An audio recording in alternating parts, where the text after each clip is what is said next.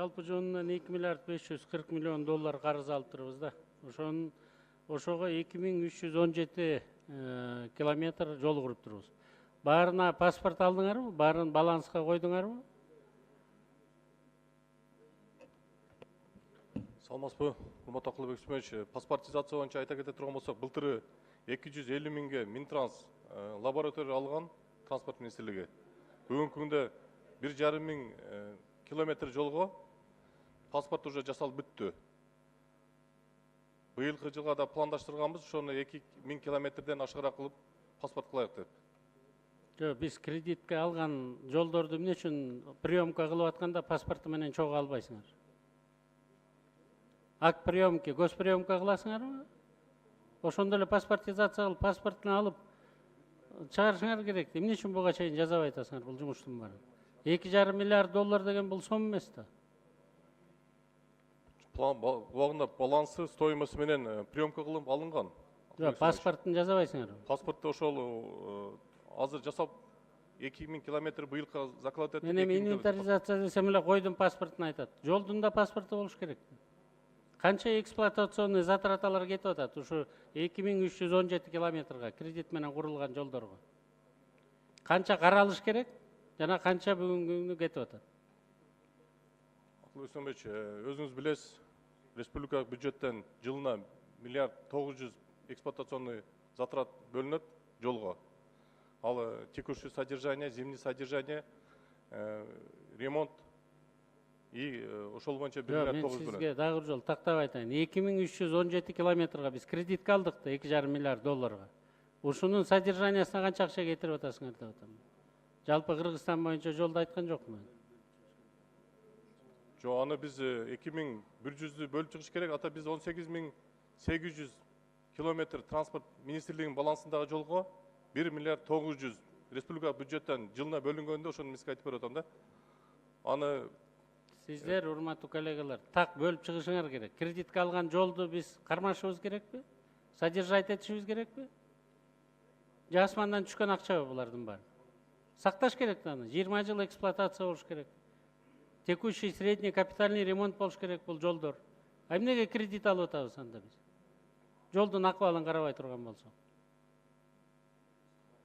Дорожный фонд качан иштейт? Дорожный фондду түзүү боюнча азыр как раз мына жолду реформалоо боюнча биз концепция иштеп чыктык. Акылбек Үсмөнович, өзүңүз билесиз, өткөндө биз аны обсуждение кылып, ошондо как раз дорожный фонддун источниктерин определять этип атабыз. Хорошо, Минфинге канча карызды бердик жол боюнча обратно? 2,5 миллиард доллардан. Акылбек Үсмөнович жакшы билгендей, негизинен транспорт секторуна берилип аткан каражаттар кайра кайтарылбайт да транспорт министрлигинен. Анткени булар республикалык бюджеттен каржыланат да.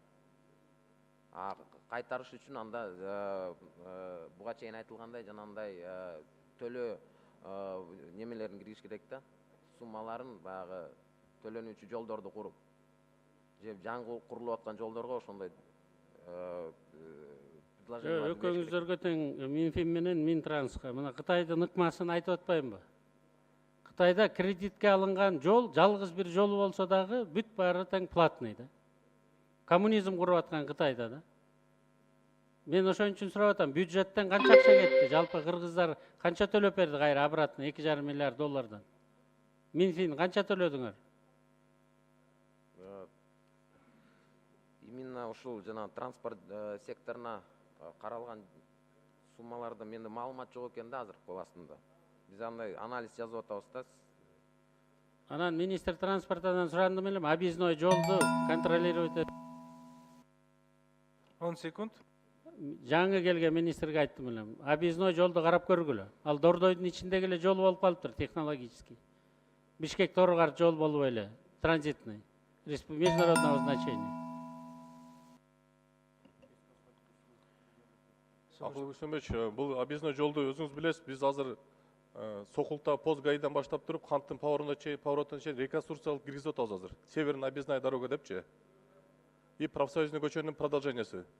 Аны полностью ТОсы даярдалды. Бул азыр как раз донорлор менен дагы ЭБР ЭБР менен дагы, Азия өнүктүрүү банкы менен да сүйлөшүп болуп атат.